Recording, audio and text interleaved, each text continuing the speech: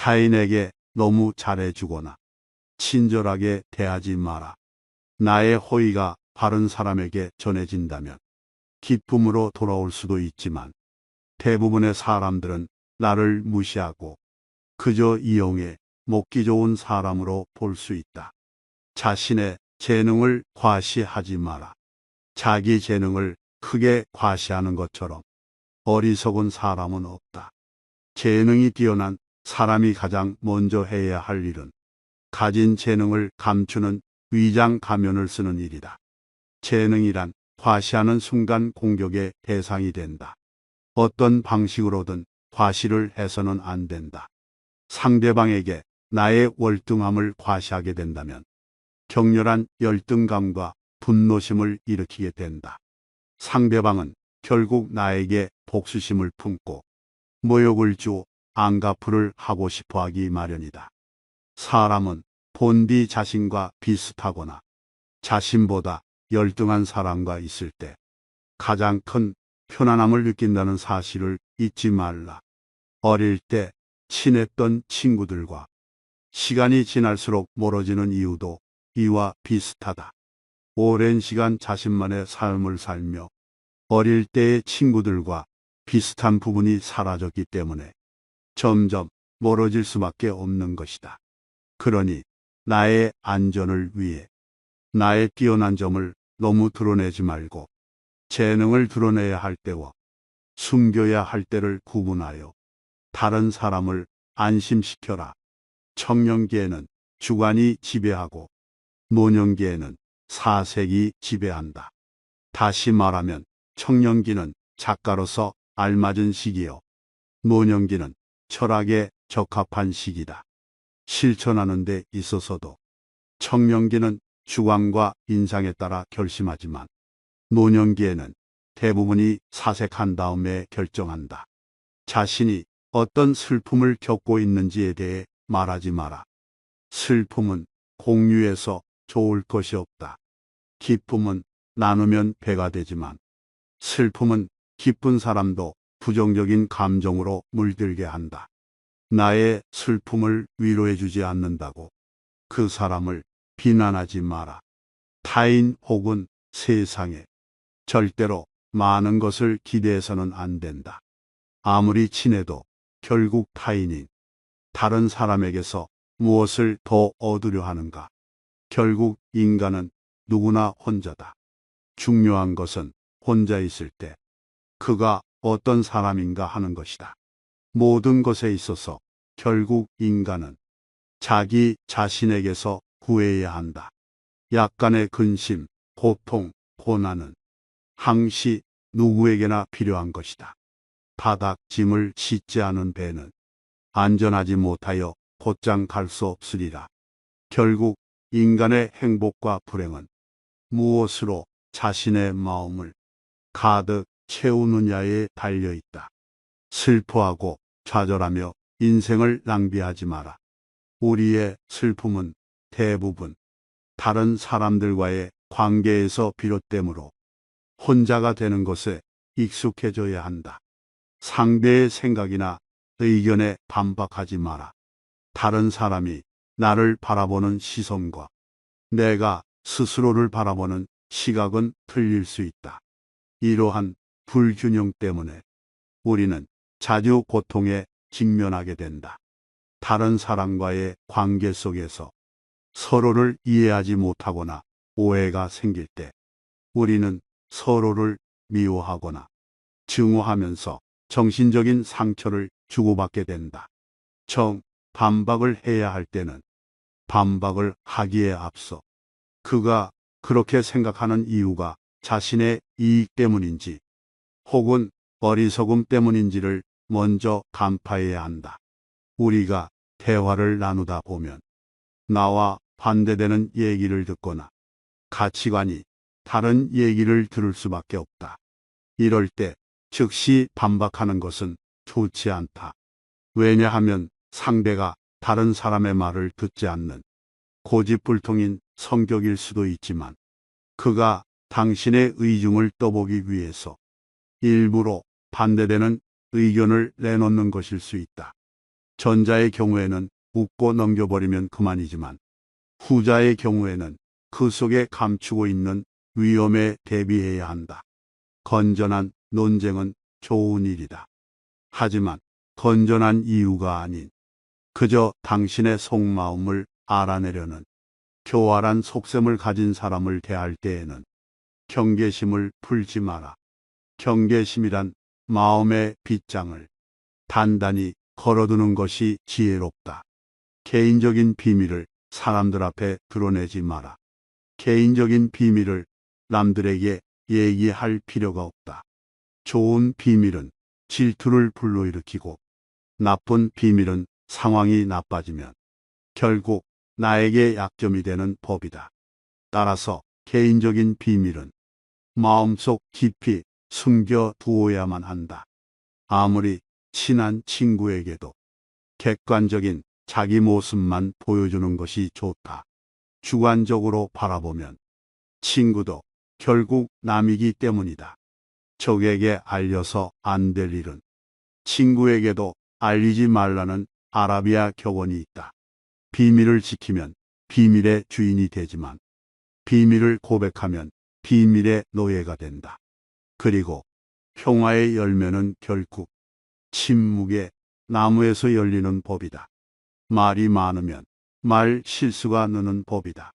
과묵함은 처세의 근본이란 사실을 우리는 결코 잊지 말아야 한다. 상대의 인격을 무시하는 말을 하지 마라. 비록 천하고 가련하며 비웃음을 받아 마땅한 사람이라 할지라도 그의 인격을 무시해서는 안 된다. 아무리 나쁜 인격자를 만난다 하더라도 그래 세상에는 저런 존재도 필요하지 라고 생각해야만 한다. 오히려 모든 사람들의 인격 속에 존재하는 영원성이나 불멸성을 찾는 것이 필요하다. 모든 사람의 천성은 결코 쉽게 변하지 않는다. 지나치게 관대하고 다정하면 상대방은 무례해진다. 인간은 자신을 찬양하는 사람보다 자신을 경멸하는 사람에게 더 신경을 쓴다. 사람들이 한평생 수많은 위험을 무릅쓰고 땀 흘려 노력하는 원인은 무엇보다도 남들에게 인정을 받기 위해서다. 인정하는 말을 하고 무시하는 말을 하면 안 된다. 인격을 무시하는 공격적인 성향은 언제나 비이성적인 말을 동반한다. 환경이 변하면 이해관계도 변하기 때문에 상대방의 태도나 행위도 달라질 수 있음을 명심해야 한다. 말이나 표정으로 부정적인 감정을 드러내는 것은 무익하고 위험하며 우스꽝스럽고 어리석은 일이다. 인간이란 모두가 똑같다. 그들은 칭찬을 받으면 비록 사탕 발림이라는 걸 뻔히 알면서도 흐뭇해한다. 인간의 이런 특성은 이해하기 어려울 만큼 어리석고 무의미하다. 나의 걱정을 남에게 말하지 말라. 당신이 직면한 문제를 절대로 남에게 말하지 마라. 이랄은 신경조차 쓰지 않을 것이고 구할의 사람들은 당신이 문제에 처했다는 사실에 몹시 기뻐할 것이다. 언제 닥칠지 모르는 사건 때문에 마음의 평화를 잃는 일은 없어야 한다. 이를테면 우리는 불행한 일이 절대로 일어나지 않을 것이라거나 적어도 지금 당장은 일어나지 않을 것이라고 생각할 필요가 있다. 걱정에 대한 상상력을 억제하라. 걱정은 한번 시작하면 좀처럼 걷잡을 수 없게 된다. 거센 폭풍의 기운에 휩쓸린 것처럼 제멋대로 자라는 것이 걱정의 특징이다. 걱정에 대한 상상력은 모래성과도 같다. 우리는 걱정으로 모래성을 쌓지 않도록 반드시 경계해야 한다. 걱정의 모래성은 많은 열정만을 낭비할 뿐이다. 걱정으로 세운 건물은 단 한 번의 한숨으로 무너져 내릴 만큼 허망하다. 그러나 무엇보다도 주의해야 하는 것은 불행을 상상하면서 걱정하는 일이다. 바로 눈앞에 불행이 닥치기 전에는 미리 걱정하지 않는 것. 그것이 지혜로운 자의 행동이다. 인간은 누구나 홀로 있지 않을 수 없다. 결국 인간의 행복은 얼마나 홀로 잘 견딜 수 있는가에 달려 있다. 남들이 뭐라고 생각할까? 늘 이런 생각에 사로잡혀 사는 사람은 노예일 뿐이다. 노예는 늘 주인의 눈치를 살피고 주인의 명령을 따라야만 한다. 하기 싫은 일이 있을지라도 그것을 따라야 한다. 결코 노예로 살아서는 안 된다. 정신적으로 풍요로운 사람은 완전한 고독 속에서도 자기 자신의 사유와 상상을 통해 탁월한 즐거움을 누린다. 행복과 세상의 본질은 무엇일까? 인간 세상 어디를 살펴보더라도 그렇게 대단한 것을 얻기는 어려운 일이다. 세상에는 고난과 고통이 넘쳐 흐르고 있고 인생은 고통인 것이다. 이러한 상황에서 우리를 직간접적으로 행복하게 해주는 것은 다름 아닌 내 자신의 마음이다. 마음의 명랑함이 무엇보다 중요하다. 인간을 불안하게 만드는 것은 대상이 아닌 대상에 대한 의견이다. 행복이란 외부 어디에도 없고 자기 자신이 그렇게 느끼기에 행복한 것이다. 행복하게 살아간다는 것은 불행하지 않게 견디며 살아가는 것이다. 행복은 쾌활함의 정도에 비례해서 커지고 쾌활함은 육체와 정신적인 건강에 좌우된다.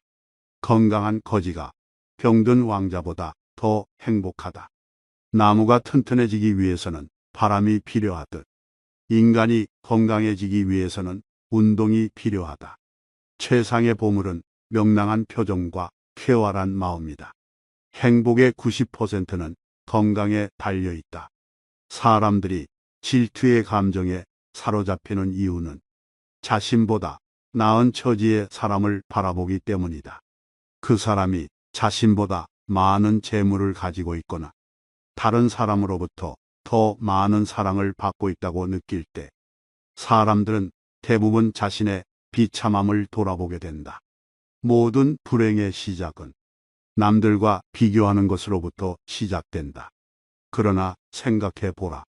이 지구상에 나보다 불행한 사람이 얼마나 많은지를. 태어날 때부터 눈이 멀었거나 듣지 못하는 사람들, 한 끼 식사도 제대로 못하는 사람들, 그들도 역시 그대의 주변에서 그대와 함께 살아가고 있는 사람들이다. 사랑하지도 말고 미워하지도 말아라. 타인에게 비밀을 말하지도, 타인을 무시하지도, 타인의 의견에 반박하지도 말며 걱정을 말하지 않는다면 더 나은 인생이 될 것임이 분명하다고 생각한다. 그렇지만 이런 명언을 지키며 살아야 하는 세상에서 산다는 것은 어처구니가 없을 정도로 슬픈 일이다. 하루는 아주 작은 일생의 축소판이다. 아침에 잠이 깨어 일어나는 것이 탄생이요. 상쾌한 아침은 짧은 청년기를 맞는 것과 같다. 그러다가 저녁 잠자리에 누울 때는 인생의 황혼기를 맞는 것이라는 것을 알아야 한다. 인생의 첫 40년은 자신이 직접 쓴 소설이며 나머지 30년은 그 소설을 해설해준다. 우리는 우리가 살고자 하는 삶이 아니라 살 수 있는 삶을 살아야 한다. 인간이 살고 있는 이 세상은 그가 바라보는 각도에 따라 그 모양이 달라진다. 물고기에게는 물속이, 새에게는 공중이, 두더지에게는 땅속이 행복한 것처럼 자기에게 적합한 분위기만이 행복을 주는 것이다. 가령 누구나 궁정의 공기에서 숨 쉴 수 있는 것은 아니다. 인간의 사교는 사교가 좋아서가 아니라 고독이 두려워서이다. 고독은 뛰어난 정신을 지닌 자의 운명이다.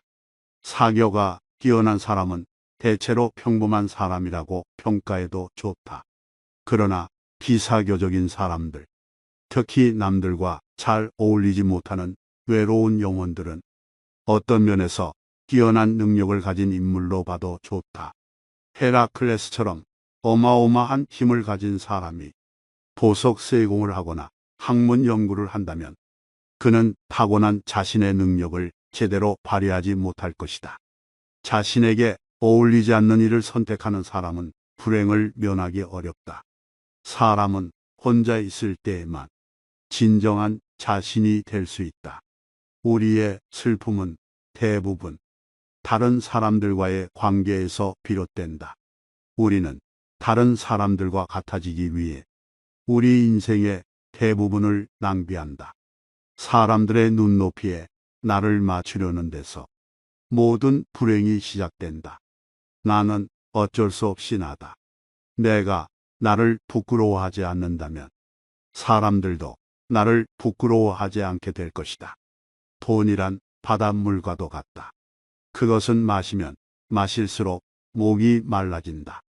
돈 빌려달라는 것을 거절함으로써 친구를 잃는 일은 적지만 반대로 돈을 빌려줌으로써 도리어 친구를 잃기 쉽다.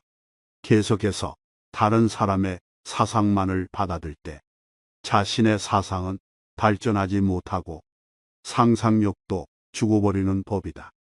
바로 그렇기 때문에 지속적으로 자신의 생각을 키워나가야만 하는 것이다. 다른 사람의 사상을 받아들이기에 급급해 자신의 생각을 키우지 않는 사람을 볼 때마다 나는 셰익스피어가 동시대인들에게 다른 나라를 보기 위해 자기 나라를 판다고 한 말을 떠올린다. 당신이 다른 사람들의 상황을 부러워하는지는 모르지만 사실 그러한 상황은 그 사람들의 성격에 맞을 뿐이고 당신의 성격에 맞는 것은 아닐 수도 있다. 만일 당신이 그 상황에 놓인다면 자기를 불행하게 느낄 것이고 참는 것조차 거의 불가능할지도 모른다. 우리 인생은 마치 커다란 모자이크와 같아서 가까이에 있으면 제대로 알아볼 수가 없다. 그것이 얼마나 아름다운지를 알려면 그곳에서 멀리 떨어져서 봐야 한다. 우리는 흘리 우리가 갖지 못한 것을 바라볼 때마다 만일 저것이 내 것이라면 얼마나 좋을까 라고 생각한다. 그럼으로써 자신의 결핍을 인식하며 불행을 느끼게 된다. 그러나 우리는 그 대신 자신이 소유한 것을 바라보면서 만일 이것을 잃어버린다면 얼마나 고통스러울까를 생각해 봐야 한다. 마음의 동요가 적을수록 고통도 줄어든다. 활동의 영역을 좁히면 마음의 동요를 줄일 수 있다. 그러나 정신적인 활동을 제한한다면 그것은 우리를 권태에 빠지고 만다. 지나친 방탕과 쾌락의 늪으로 끌려 들어가지 않도록 조심하라. 분노나 격정과 같은 격렬한 감정의 혼란을 피하고 정신적인 긴장이 계속되지 않도록 주의하라. 날마다 규칙적인 운동을 하고 음식에 절제를 두어라. 실패로 결말이 날 것이라고 예상되는 상황에 처해 있더라도 한 가닥의 희망의 빛이 보인다면 결코 절망하지 마라. 시커먼 먹구름이 하늘을 뒤덮고 있더라도 한쪽 구석에 작지만 밝은 빛이 새어나오고 있다면 그대여 결코 희망을 버리지 마라. 아무리 작은 빛이라 하더라도 그 빛은 세상을 환하게 비춰줄 수 있으며 우리의 앞길을 열어줄 수 있다. 저기에 자그마한 빛이 보이지 않는가? 천지가 뒤집히기 전에는 용감한 사람은 결코 쓰러지는 일이 없다. 용감한 사람은 어떤 일에서든지 한 가닥의 희망의 끈을 잡고서 험난한 파도를 향해 뛰어든다. 하지만 대부분의 사람들은 작은 빛보다는 무거운 먹구름만을 의식하며 두려움에 떤다. 그러나 먹구름은 반드시 거치기 마련이다.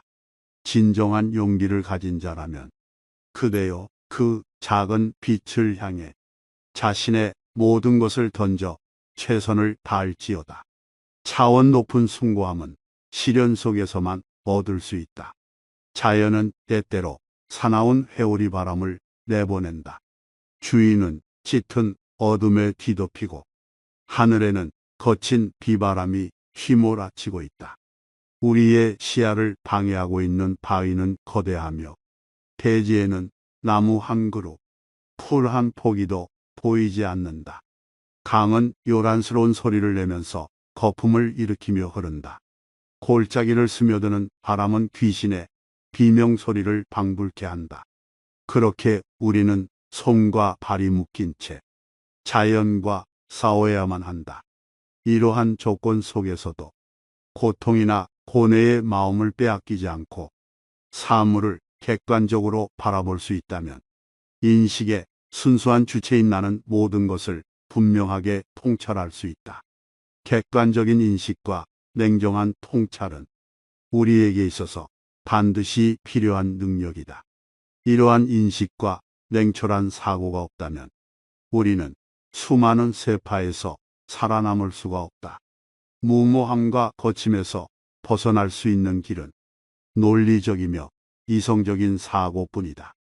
영상 시청해 주셔서 감사합니다. 깨달음의 광장입니다.